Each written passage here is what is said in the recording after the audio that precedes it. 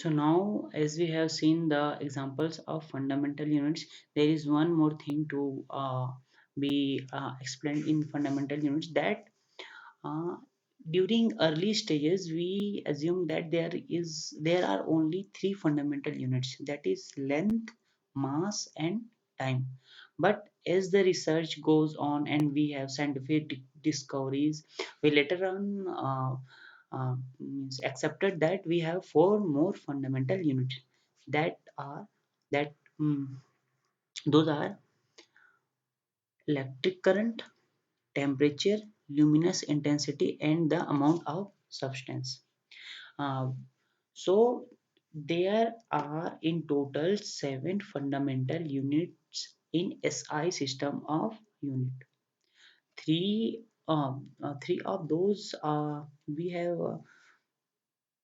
accepted in or assumed in early stages of our science, or we can say, and later on we have added four more fundamental units. So if we move to derived units, so let's talk what is derived units. So derived units does not independently exist like fundamental units. So there is no existence of derived units without fundamental units, and derived units are expressed in terms of fundamental units. That is, they are not individually expressed in some kind of unit, but they need to be expressed in terms of fundamental units. So the units which are expressed in terms of fundamental units are known as derived units, and the examples of which are force, momentum, work, potential energy, density, etc.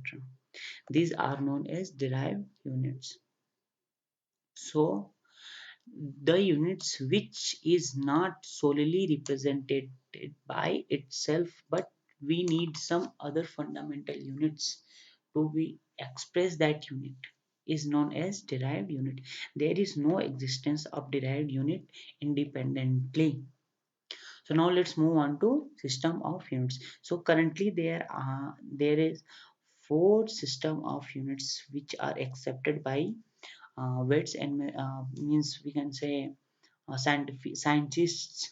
First one is CGL system, second is FPS system, third is MKS system, and fourth is SI system. So what is CGL system?